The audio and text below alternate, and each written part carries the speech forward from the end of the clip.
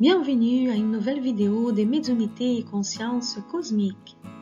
Certaines informations dans cette vidéo ont été expliquées plus en détail dans la vidéo précédente. Pour ceux qui ne l'ont pas regardée, je vais laisser les liens ici-bas.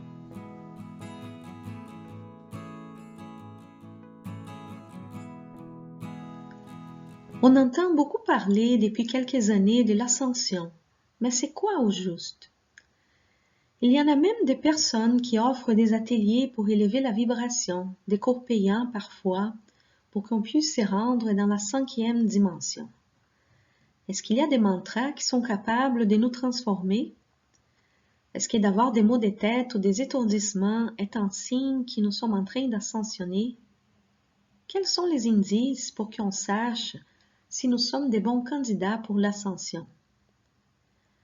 Et qu'y se passera-t-il à ceux qui n'y croient pas en rien de tout ça? Est-ce que tout ceci est juste une nouvelle tendance spiritualiste? Il y a bien quelque chose qui se passe en lien avec ce que certains appellent l'ascension. Mais beaucoup de ce qu'on dit à ces sujets est bien loin de la réalité. Il s'agit en fait d'une transition, car la Terre, qui est actuellement un monde d'expiation épreuve où le mal prédomine, deviendra un monde de régénération, où le mal existera encore, mais il sera significativement moins important, car tous chercheront consciemment à s'améliorer et à travailler pour le bien de tous. Ce mouvement fait partie d'un cycle naturel à travers lequel tout le monde passe, et a commencé à accélérer lors de la venue du Christ, un esprit très élevé sur la terre. Ce mouvement est en accélération constante et grandissante, et nous nous approchons de plus en plus de son sommet. Selon des calculs estimatifs basés sur différents cycles de la Terre, cette transition pourrait être achevée vers l'an 2057. Et d'ici là, plusieurs changements importants, tant individuels comme dans la société et dans le monde physique, doivent avoir lieu. Toutes les religions parlent de ce qui se passe avec des noms différents, comme par exemple le jugement final dans la religion catholique. Sauf qu'il ne s'agit pas de la fin du monde, mais plutôt de sa transformation, qui est la fin d'un cycle et le début d'un autre. Il s'agit de l'évolution de la Terre, mais aussi de celle de ses habitants. Et ceux qui ne seront pas capables de l'accompagner devront aller vivre ailleurs. Comme la vibration de la planète va changer de façon importante, c'est la syntonie vibratoire de chacun qui va déterminer qui sera capable d'y rester une fois que la transition sera achevée. Et plus on s'approche de celle-ci, plus l'écart entre ceux qui ont des vibrations différentes est évident. En préparation à la transition, depuis des siècles et de façon de plus en plus accélérée, des esprits trop endurcis dans les mâles sont en train de quitter progressivement la Terre pour habiter d'autres planètes moins évoluées. Là-bas, ils pourront non seulement continuer leur évolution, mais aussi aider à l'évolution de ces planètes. En même temps, plusieurs esprits qui sont prêts à accompagner la transition, mais qui vivaient dans d'autres planètes d'expiation épreuve qui ne sont pas encore prêtes à passer par la transition actuelle de la Terre, ont incarné sur la Terre. Certains récemment, d'autres depuis plus longtemps, pour avoir cette opportunité d'évolution. Certains des esprits venus d'ailleurs ont déjà vécu dans des planètes plus évoluées, mais avaient de la difficulté à accompagner l'évolution de leur planète. Et plusieurs groupes d'esprits plus évolués sont aussi en train de s'incarner de plus en plus sur la Terre pour aider à sa transition. Il y a alors un grand mouvement d'arrivée et départ sur notre planète en ce moment, et il va augmenter plus on avance vers la transition.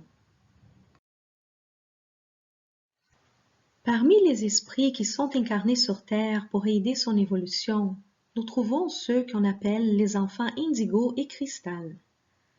Les indigos ne sont pas plus évolués que les autres personnes, mais ils ont une intelligence rationnelle et des connaissances spirituelles supérieures à la moyenne et ont la mission de transformer l'environnement où ils vivent. Ils sont généralement des leaders naturels et sont capables de réaliser de grandes choses. Mais ils peuvent aussi devenir agressifs et nombreux ont perdu leur chemin à cause de leurs difficultés émotionnelles. Ils ont l'opportunité de travailler leurs difficultés et en même temps qu'ils aident l'évolution de la Terre. Ils sont venus avant les enfants cristal pour leur préparer les chemins. Les enfants cristal sont des esprits avec un degré supérieur de conscience et de compréhension de la loi de la fraternité et sont originaires surtout des Pléiades et d'Orion. Ils ont choisi d'aider l'humanité terrestre pour avancer dans leur propre chemin évolutif. Contrairement aux indigos, ils ont déjà une expansion des consciences liée à la connaissance de soi. Ils ne sont pas parfaits, mais ils ont une intelligence rationnelle, spirituelle et émotionnelle supérieure et sont naturellement bons. Ils sont aussi appelés les pacificateurs et ils sont heureux d'être utiles. Ils sont la base de ce qui sera la future humanité de la Terre. Et ce sont eux qui la guideront dans les grands sauts quantiques de la transition planétaire. Avec la transition, n'auront plus de place sur la Terre ceux qui ont les désirs du mal, qui restent fermés à l'évolution, qui profitent des autres, qui refusent de travailler leurs difficultés, qui sont corrompus, sans éthique et qui ne pensent qu'à eux-mêmes, sans travailler pour le bien de tous. Leur départ fera en sorte que le plan spirituel de la Terre changera aussi. Alors, lorsque la Terre sera une planète de régénération, il n'y aura plus de seuil dense. Le seuil moyen, où restent les esprits qui sont prisonniers des sentiments qui doivent travailler, continuera à exister pendant un certain temps, mais disparaîtra aussi progressivement dans les chemins évolutifs de la Terre. Cet exil est quelque chose de naturel dans l'évolution des planètes, et la majorité des habitants de la Terre aujourd'hui ont déjà été exilés d'autres planètes pour continuer leur évolution ici il y a des milliers et parfois même des millions d'années. Nous sommes alors pratiquement tous déjà venus d'ailleurs, dans ces mouvements constants entre les différents mondes. L'univers, c'est une grande école, où les mondes sont comme des salles de cours différentes et où tous collaborent les uns avec les autres pour pouvoir se perfectionner. Le monde voit aujourd'hui des grands événements difficiles qui touchent l'ensemble de la population. D'autres événements avec la même portée auront lieu dans les prochaines années et décennies. Malgré que ceci puisse causer de la peur à certains, il est important de comprendre que leur but est de nous réveiller du long sommeil où nous sommes, de l'illusion dans laquelle nous vivons. À travers ces événements, nous aurons l'opportunité d'apprendre que ce n'est qu'en s'entraidant que nous réussirons à progresser. Nous avons besoin d'apprendre à surmonter notre égoïsme, orgueil et indifférence, et aussi à vivre dans les moments présents. La force de ces événements peut être grandement diminuée si nous nous ouvrons plus vite à la transformation. Ces événements sont alors proportionnels à nos besoins d'apprentissage. À travers ceux-ci, il ne faut surtout pas penser que nous sommes seuls, car une multitude d'êtres bienveillants nous accompagnent à travers ces temps plus difficiles. Il ne dépend que de nous alors de nous connecter à l'amour, pour que tout prenne un autre sens et pour que ce qu'on vit soit plutôt une libération. En fait, à travers tout ce que nous vivons, nous avons souvent l'impression que nous n'avons pas le pouvoir de changer les choses, quand la réalité est tout autre. Avec l'éveil de notre conscience, Nous avons le pouvoir de tout changer, et c'est nous qui allons transformer le monde et pas quelqu'un qui va venir nous sauver. La plus grave erreur que font les gens est de ne pas se rendre compte de leur responsabilité individuelle dans l'état du monde où on vit. Et pour les transformer, ce n'est pas une question de répéter des mantras ou faire des exercices de visualisation, malgré que ceci puisse aider à être plus en contact avec nous-mêmes. Ce qu'il faut faire est que chaque personne se transforme à travers 3 choses bien simples. La connaissance de soi avec un désir sincère de s'améliorer, l'acquisition des connaissances sur notre vraie nature et la réalité de notre univers, et la pratique constante du bien. Il n'y a pas d'autre chemin et personne ne peut évoluer à notre place. À travers ces 3 pratiques, nous pourrons nous apercevoir que nous sommes tous un et que toute division basée sur la culture, la race, religion, genre, orientation sexuelle, âge, opinion politique, situation économique et autres ne sont que des moyens de nous garder divisés et plus facilement manipulables. Nous avons déjà aujourd'hui plusieurs lois et déclarations à propos des droits des hommes. Mais tant que ceci ne sera pas vécu dans les cœurs des hommes, nous ne pourrons pas vivre le vrai bonheur. L'humanité a besoin d'apprendre à laisser de côté les différences pour découvrir les similitudes, car c'est la fraternité qui amènera la paix durable et véritable. Ici, nous avons l'échelle des Hawkins, qui a été établie suite à une étude à propos des différents niveaux de conscience de l'humanité. Selon les résultats de cette étude, la moyenne des consciences de l'humanité se situe dans les niveaux du courage, qui correspond à un sentiment ou émotion d'affirmation et une vision de la vie selon laquelle tout est possible.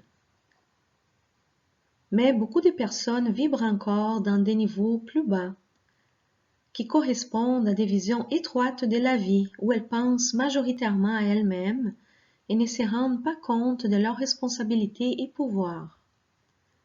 Nous avons besoin d'augmenter le nombre de ceux qui vibrent à des niveaux plus élevés, surtout au niveau de l'amour, qui donne un sentiment de respect pour toute forme de vie et permet que la bienveillance règne dans toutes les relations. Une des conséquences de la transition planétaire est que la médiumnité de toutes les personnes sera exacerbée. Ceci arrive déjà avec plusieurs personnes et la tendance est que ceci augmente de plus en plus. Il est alors plus important que jamais d'acquérir des connaissances à ces sujets, car nous allons tous passer par ces changements, qu'on le veuille ou non. Et si nous n'avons pas assez de connaissances en ayant une sensibilité plus grande, ceci pourrait nous causer un grand déséquilibre. Une connaissance et compréhension plus grande de la médiumnité est aussi importante pour que nous puissions mieux nous apercevoir de toutes les influences que nous subissons et pour qu'on puisse mieux gérer ces influences.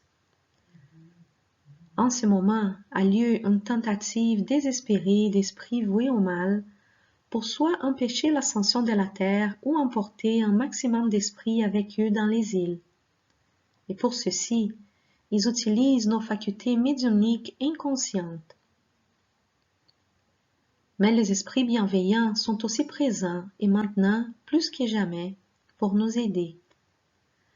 Plus nous sommes conscients, moins nous serons influencés à notre insu et plus nous serons capables de nous connecter aux forces positives. Les sphères supérieures de la Terre travaillent ensemble avec des consciences cosmiques pour aider à la transition planétaire dans ce qui est appelé projet Nouvelle Terre.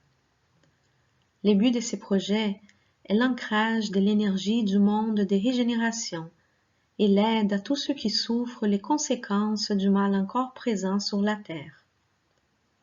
Non seulement l'humanité est aidée, mais aussi les animaux et la nature pour limiter les dégâts causés par l'homme. Plusieurs incarnés, accompagnés de leurs guides, travaillent aussi avec eux pendant leur sommeil, selon les capacités de chacun. Ce travail est une conséquence du fait que nous sommes tous une grande famille universelle et tous sont invités à participer. Pour le faire, en plus de chercher à travailler nos difficultés et à faire tous les biens possibles, nous pouvons aussi nous mettre à disposition pour les travails pendant notre sommeil, en demandant d'abord la présence et protection de notre guide personnel, ensuite en s'imaginant à l'intérieur d'une sphère bleue et en disant « Je suis prêt pour le projet Nouvelle Terre » juste avant de dormir.